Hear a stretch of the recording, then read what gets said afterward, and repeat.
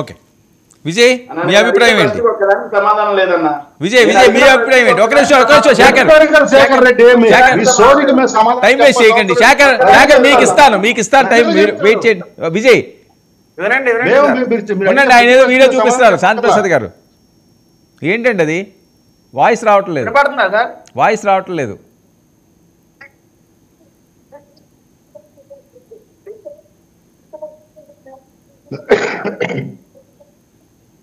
Voice రావట్లేదండి. Speaker పెట్టాలండి. మీరు అలాంటి వినిపిస్తున్నప్పుడు స్పీకర్ పెట్టి మీ మౌత్ దగ్గర పెట్టుకుంటే అదేమన్నా వస్తుందేమో.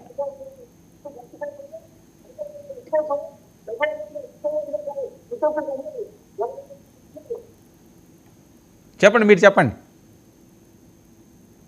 సార్. ఇప్పుడు బొత్స సత్యనారాయణ గారు క్లియర్గా జగన్మోహన్ రెడ్డి గారి గురించి ఏం మాట్లాడుతున్నారో వినిపించే ప్రయత్నం చేశాను.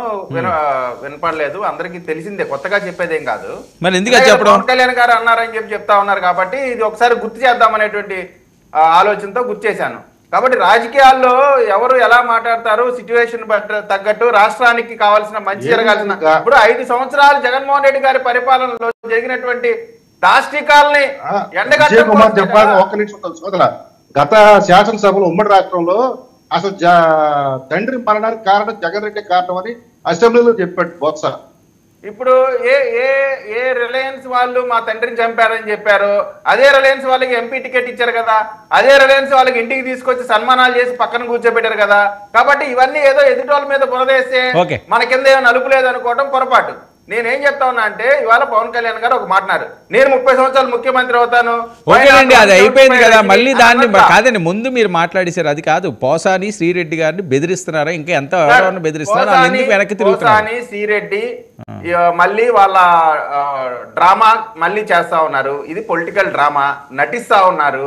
ఎందుకు నటిస్తా ఉన్నారంటే, ప్రజల్లో అరే వాళ్ళు చూడు పాపం క్షమించమన్నా కానీ వీళ్ళు క్షమించలేదురా. గతంలో కూడా మీకు చెప్పాను, ఇప్పుడు తల్లిని చంపి నేను తల్లి లేని అనాథని అని చెప్పి జడ్జిని అడిగినట్టు ఈ రోజున వాళ్ళు ఈ డ్రామా చేస్తా ఉన్నారు. ఏం డ్రామా చేస్తా ఉన్నారు?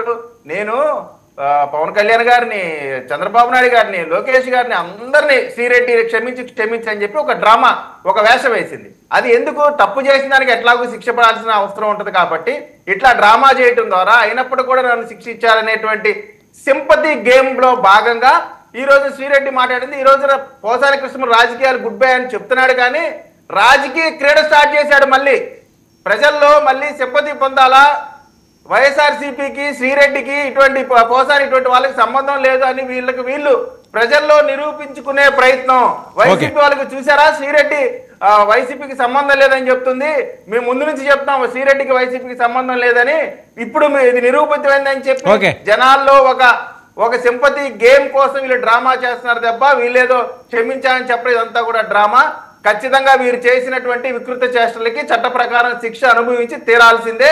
జైలుకి వెళ్ళి జైలు ఈ లెక్కేయాల్సిందే రోజు కూర్చొని. ఓకే, కృష్ణాంజనేయులు గారు క్షమాభిక్ష లేదా ఇక్కడ గారు? సోషల్ మీడియా వేదికగా వైఎస్ఆర్ కాంగ్రెస్ పార్టీ ప్రభుత్వ హయాంలో అప్పుడు ప్రభుత్వం ఉంది కదా అని ధీమాతో పోలీసుల సహకారంతో ఎంత విచ్చలవిడిగా పాల్పడ్డా ఏమేం చేశారనేటువంటి తెలిసాను. అయితే కొంతమంది ఖచ్చితంగా వీళ్ళు మిగతా వాళ్ళకి ఇన్స్పిరేషన్. ఎవరు వాళ్ళు? బోరుగడ్డ అనిలు, అదేవిధంగా పోసాని కృష్ణమురళి, ఆర్జీవి, శ్రీరెడ్డి, వర్ర రవీందర్ రెడ్డి, ఇలాంటి వాళ్ళందరూ వీళ్ళు మిగతా వాళ్ళందరినీ కూడా ఆ రోజున సోషల్ మీడియాలో ఉండేటువంటి వాళ్ళందరినీ కూడా ప్రోత్సహించి చేసినటువంటి వాళ్ళు. ఇప్పుడు వీళ్ళు పోసాని ఇలాంటి వాళ్ళని చూసి చాలా మంది ఏమైతే ఇలా మాట్లాడితే ఏముంది అనేటువంటి దాంట్లో కూడా వెళ్ళినటువంటి పరిస్థితి. ఇలాంటి పశ్చాత్తాపం మంచిదే. తప్పు చేసినప్పుడు ఖచ్చితంగా పశ్చాత్తాపం కావాల్సిందే. ఆ పశ్చాత్తాపంతో మరి చేసినటువంటి తప్పుకైతే మరి క్షమాభిక్షలు అలాంటివి అన్నది వాళ్ళు తెలుగుదేశం, జనసేన, బీజేపీ కూటమి వల్ల ఇష్టం. నేను అనుకుంటాను ఇది ఇప్పుడు శాంతి ప్రసాద్ గారు ఒక క్లారిటీ ఇచ్చేశారు. ఆల్రెడీ నేరం చేసినప్పుడు శిక్ష ఉంటది, కానీ ఇప్పుడు ఆయన కొన్ని ఉదాహరణలు కూడా చెప్పాడు. హత్యలు, రేపులు, వీటి గురించి చెప్పారు. నాకు వచ్చినటువంటి అనుమానం ఏంటంటే, ఈ జరుగుతున్నటువంటి అరెస్టులు కానీ, వ్యవహారం కానీ, అసలు ఈ 5 నెలల్లో జరిగినటువంటి పరిణామాలు కానీ కొంతమంది సెలెక్టివ్ గా వాళ్ళ మీదే ఫోకస్ జరుగుతుందేమో అనేటువంటి అనుమానం కలుగుతుంది.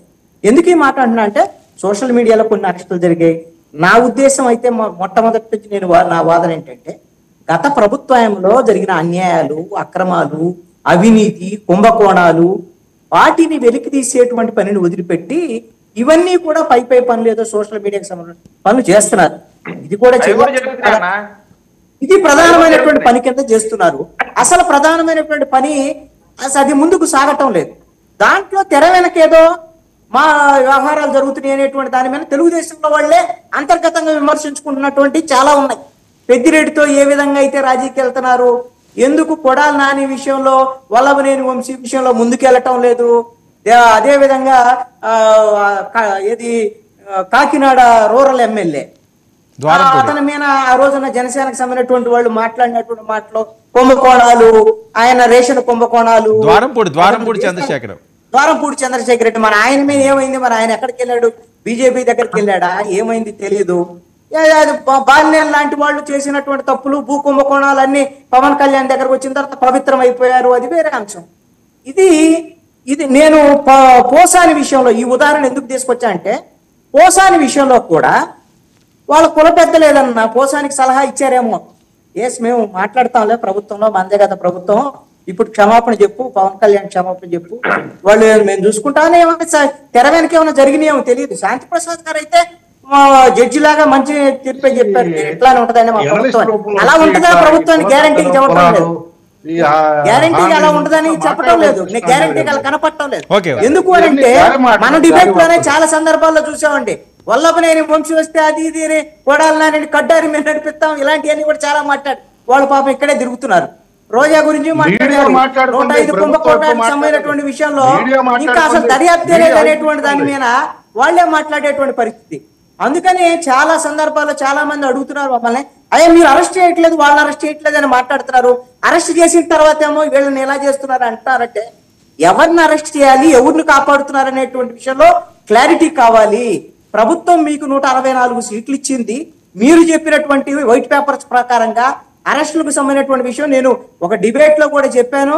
వాసుదేవరెడ్డి అనేటువంటి వ్యక్తి లిక్కర్ స్కామ్ సంబంధించినటువంటి ముఖ్యమంత్రి చంద్రబాబు నాయుడు అసెంబ్లీలో చెప్పాడు, ఇది ఢిల్లీ లిక్కర్ స్కామ్ కన్నా ఎక్కువ ఉంది, ఈడీ దర్యాప్తు జరపాలి, మేము కూడా వదిలిపెట్టమనేటువంటిది. ఆ వాసురెడ్డి దేవిరెడ్డి ఎక్కడికి పోయాడో తెలియదు. ఇతను జగేపేట మాజీ ఎమ్మెల్యే వచ్చి జనసేన పార్టీలో చేరారు, ఆయనకి వాసుదేవరెడ్డికి బంధుత్వం ఉంది అనేటువంటిది అది బహిరంగ రహస్యము. మరి అందుకే ఏం అరెస్ట్ లేవు, లిక్కర్ స్కామ్ మొత్తం ఆగిపోయింది ఏమన్నా అనుమానాలు కలిగేటువంటి పరిస్థితి ఈ రోజున ఉంది. ఇవన్నీ కూడా అసలు వదిలిపెట్టేసి అరే ఏది దారులు వదిలిపెట్టేసి ఎక్కడ పోయే మొక్కలు చూసేటువంటి పరిస్థితి ఉంది.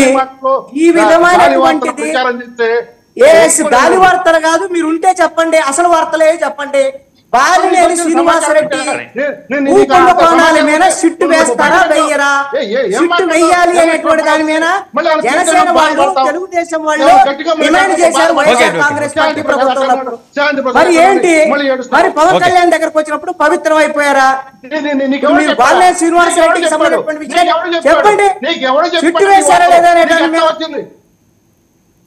మీరు ఏం చేస్తారని చెప్పండి.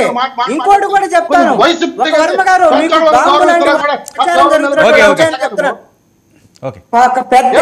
పెద్దిరెడ్డి రామచంద్రారెడ్డి ఈ రోజు భూముల కుంభకోణాలకు సంబంధించినటువంటి విషయంలో చిరంజీవిని ఆశ్రయించారు అనేటువంటి చిరంజీవిని ఆశ్రయిస్తే చిరంజీవి ఈ రోజున పవన్ కళ్యాణ్ తో ఈ రోజున పెద్దిరెడ్డిని కాపాడేటువంటి ప్రయత్నాలు కూడా ఈ రోజున ఏది పెద్దిరెడ్డికి సంబంధించినటువంటి కుంభకోణాలు ఇవన్నీ కూడా వీటికి సమాధానం అనేది చేతల ద్వారా చూపించాలి, అంతే తప్ప మాటల ద్వారా కాదు.